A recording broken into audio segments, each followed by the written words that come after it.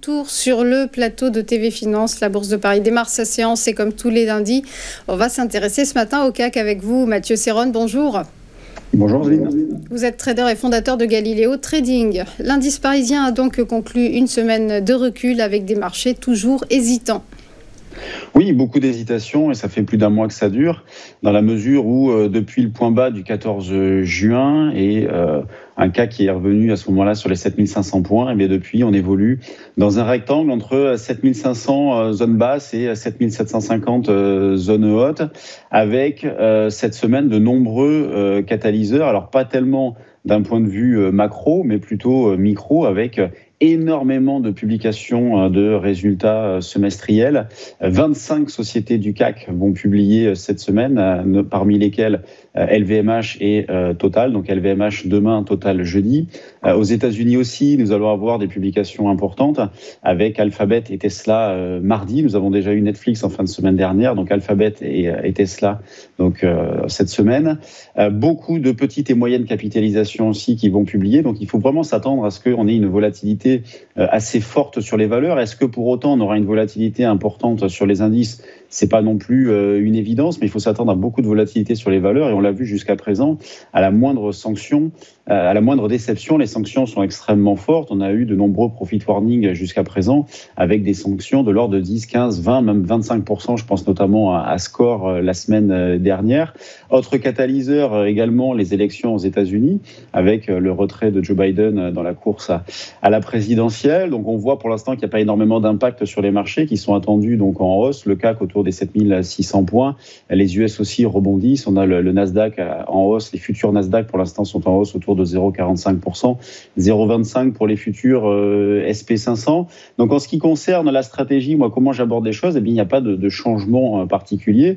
Je considère toujours qu'à court terme, on a un biais baissier. Un biais baissier tant qu'on évolue justement sous cette barrière des 7750 points.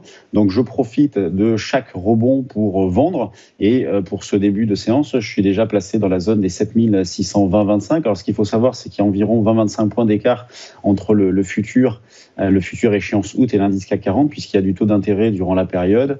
Donc il y a toujours un petit écart qui va tendre vers zéro, puis plus on s'approchera de l'échéance des contrats futurs août. Donc vente systématiquement sur des rebonds, donc je le disais, vers 7620-25 pour commencer, jusqu'à 7680 pour jouer un double top avec la semaine dernière et avec une remise en question donc au-dessus des 7750.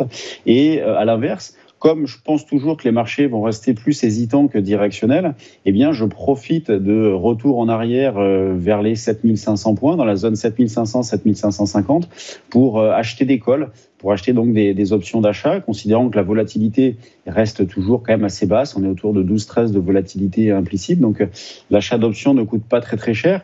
Et pourquoi justement je fais ça ? Pour exploiter donc un potentiel de baisse épuisé à l'approche de cette zone-là, pour jouer des rebonds aussi, considérant que à moyen long terme, il n'y a pas véritablement de tendance. Donc vous voyez, c'est ma façon à moi de jouer ce rectangle-là en vendant les rebonds, en achetant des calls sur les replis et en profitant bien évidemment de rebonds pour alléger les calls. Et justement, ces achats de calls là aussi me permettent de fermer mon risque sur des ventes de futurs. Si jamais à un moment donné les marchés se mettent à fortement progresser, eh bien je me suis déjà acheté mon assurance. Donc assez peu de visibilité, assez peu d'éléments directionnels forts. En revanche, sur les petites et moyennes capis, on a énormément de configurations intéressantes, d'amorces de retournement qui se mettent en place dans de bonnes conditions. Vous voyez, un petit peu à l'instar de ce qui se passe aux États-Unis avec le Russell 2000, donc l'indice des petites capitalisations américaines qui a bien performé ces dernières semaines. Eh bien, chez nous aussi, on a une amorce de quelque chose. Vous voyez, j'ai noté 2-3 configurations intéressantes, Valourec, Beneteau, Elior. Donc, vous voyez, c'est peut-être de ce côté-là qu'il y a de la performance à aller chercher sur les petites et moyennes qui ont toujours beaucoup de retard. Elles avaient bien performé et on en parlait régulièrement sur votre antenne au mois d'avril et au mois de mai. Derrière, ça a été beaucoup plus compliqué. L'annonce de la dissolution les a notamment lourdement plombées. Certaines ont baissé de l'ordre de 25 à 30%. Mais là, il semblerait qu'il y ait un retour un petit peu de la spéculation. Et vous voyez, c'est intéressant de regarder un petit peu ce qui se passe sur ces valeurs-là parce que c'est un bon baromètre justement du moral des spéculateurs, des investisseurs, mais également des spéculateurs. Et on voit que comme il y a un petit peu d'intérêt sur ces valeurs-là, le moral reste bon. Affaire à suivre dans la mesure où, comme je le disais tout à l'heure, énormément de publications et jusqu'à présent, ça a été plutôt décevant.